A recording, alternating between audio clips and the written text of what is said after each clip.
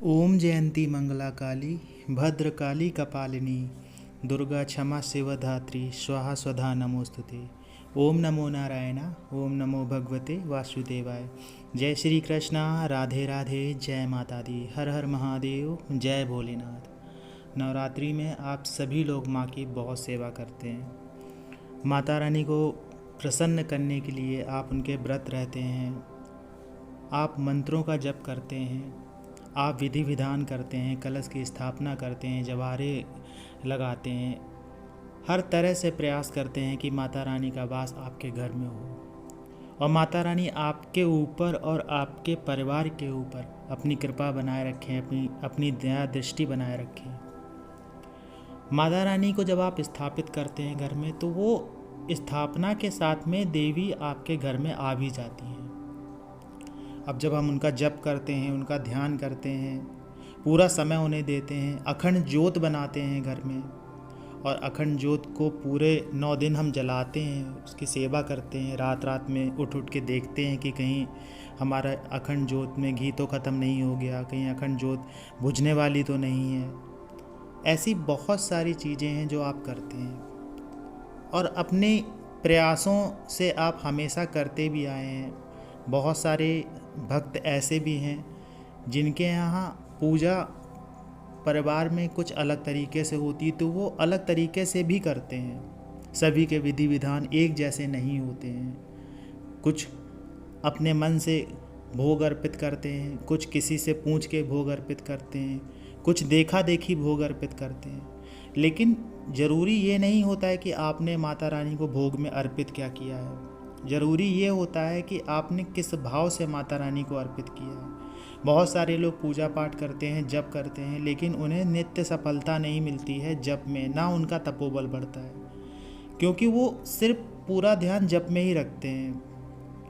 वो ऐसा महसूस नहीं करते हैं कि वो माता रानी के सामने जप कर रहे हैं, या वो ऐसा महसूस नहीं करते हैं कि दैवी शक्ति उनके सम्मुख है, या फिर वो ऐसा महसूस नहीं करते हैं कि जिस भी देवी की हमने स्थापना की है वो यहाँ पे हैं। अगर आप उन्हें मन से जुड़ के भावपूर्वक, श्रद्धापूर्वक, विश्वासपूर्वक उनकी पूजा या उनका जप नहीं करेंगे, तो आपकी पूजा और आपके जप का कोई मतलब नहीं है। केवल माला पे जप करते करते गिनती पूरी कर लेना जप नहीं होता है कि आज आपने 5 माला कर ली, 11 माला कर ली।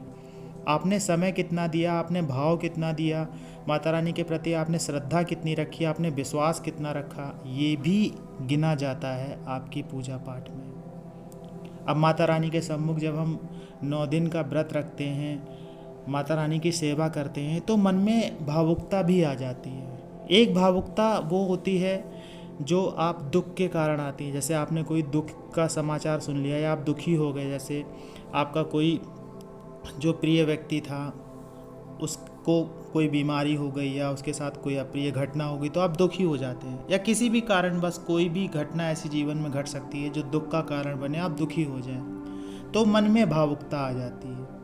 लेकिन यहाँ पे भक्ति की भावुकता है। माता रानी के सम्मुख जब आप बैठते हैं तो उसकी भावुकता है।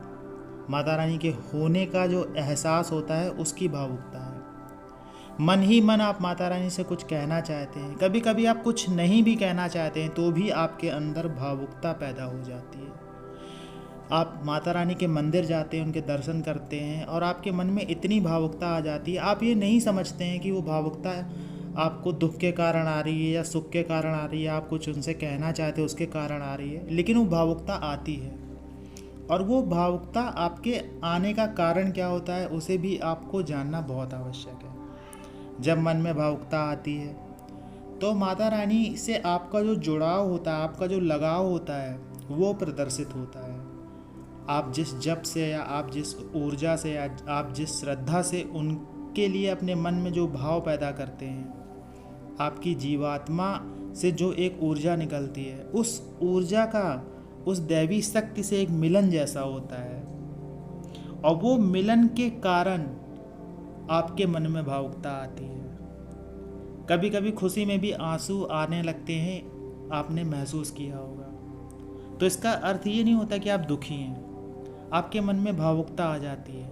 वैसे ही एक माँ के प्रति जब बच्चे का प्रेम होता है तो अगर माँ से बिछड़ जाए बच्चा तो बहुत रोता रहता है, लेकिन जैसे ही माँ को देखता है वैसे ही उसके अंदर भावुकता आ जाती है, माँ के अंदर भी भावुकता आ जाती है कि देखो मेरा बच्चा मुझसे इतनी दूर दूर था। ऐसी ही भावुकता हमारे मन में पैदा होने लगती है जब माता रानी के सम्मुख जाते हैं।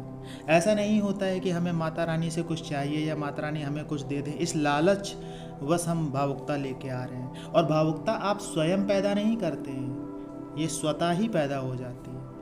जब ये भावुकता आपके अंदर आने लगे तो निश्चित मान लीजिएगा कि आपकी श्रद्धा पूरी तरह से पक्की है, आपका विश्वास पूरी तरह से निस्वार्थ है।